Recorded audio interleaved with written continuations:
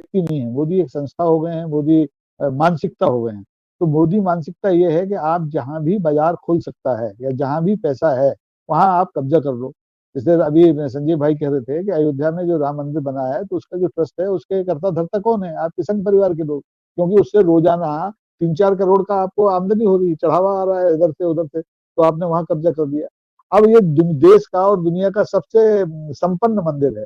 इसकी जो सालाना आय है, सालाना जो जमा पूंजी की मैं बात नहीं कर रहा हूँ, वो 5,000 करोड़ के आसपास बनती है। और ये 6,000 करोड़ रुपया इलेक्टोरल बॉन्ड बेच के उसमें जालसाजियां करके नहीं कमा पाए। उसमें भी सुप्रीम कोर्ट ने कहीं टांग लगा दिया, कर दिया इस्तेमाल, ये नहीं भगवान जाने। तो ये चाहते हैं कि ये जो कुबेर का खजाना पड़ा हुआ है तिरुपति की पहाड़ी पर, इस पर कब्जा हो जाए। और वो कब्जा कैसे हो जाए? राज्य सरकार अगर नहीं करती है तो केंद्र सरकार उस पर चढ़ बैठे, उसकी मदद करे। इसलिए नड्डा साहब उससे अपना प्रतिवेदन लड्डुओं का मांग रहे हैं। और ये आप मानकर चलिए कि आंध्र प्रदेश में किसी भी पार्टी की सरकार रही हो, टीडीपी तो अभी है, इसके पहले की 50-55 साल की जो भी सरकारें रही हैं, उनके लिए ये जो टीटीडी देवस्थानम जो है, ये एक बहुत महत्वपूर्ण समानांतर आय का स्रोत रहा है। इसमें जो ईओ बनता है, जो एग्जीक्यूटिव अफसर बनता है, वो एक आईएएस अफसर होता है। आईएएस अफसर की नियुक्ति राज्य शासन करती है। राज्य शासन भी अगर कमजोर है तो केंद्र सरकार का आदमी, केंद्र सरकार का कार्मिक विभाग उसमें अपनी पसंद का आदमी बैठा देता है। क्योंकि वहां केवल भाई मंदिर में कोई बेसन तो उत्पन्न होता नहीं, काजू किशमिश तो उत्पन्न होते नहीं, घी बनता नहीं। अभी संजीव भाई कह रहे थे उनकी गौशाला में भी इतना घी नहीं बनता कि 1400 टन घी हर 6 महीने में आपूर्ति कर दें। तो ये सब चीजें बाजार से आती हैं। और बाजार से जब टेंडर होता है किसी भी चीज का तो फिर कमीशनबाजी शुरू होती है। और कमीशन में मोटी रकम मिलती है, वो ईओ के जरिए सरकार के मंत्री को जाती है, सरकार को जाती है।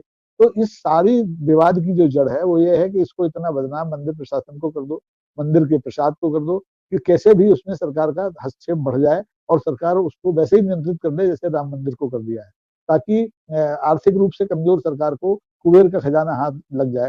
उनके पास 5-6 हजार एकड़ का तो जंगल है, उनकी जो जमा पूंजियां हैं वो उतनी है जितनी कि 8 प्रदेशों की वार्षिक बजट होती है। इतनी जमा पूंजी, सोना चांदी आभूषण, 900 तो प्रतिष्ठान पूरे देश में चल रहे हैं। तो असली नजर उनकी लड्डुओं के मिलावट पर नहीं है, जनता की भावनाओं को आहत करने को लेकर भी नहीं है। उनकी नजर तो ये है कि ये जो कारू का खजाना है, कुबेर का खजाना है, ये कैसे हाथ में आए। और ये ऐसे ही हाथ में आएगा कि उसमें हम चोर दरवाजे बना दें, हम ये रास्ते बना दें कि प्रशासन उसमें दखल कर दे, राजनीति उसमें दखल कर दे। और उस दिशा में ये लोग चल पड़े हैं। ये लोग बहुत ही मैं कहता हूँ हृदयहीन लोग हैं। हिंदू धर्म की बात जरूर करते हैं, लेकिन ये बड़ी बेरहमी के साथ धार्मिक प्रतिष्ठानों पर हमले भी कर रहे हैं, उन पर नियंत्रण भी कर रहे हैं और उनको बाजार में तब्दील कर रहे हैं। विश्वनाथ मंदिर की धाम की जो बात की, मैं तो अभी पिछले फरवरी में ही गया था।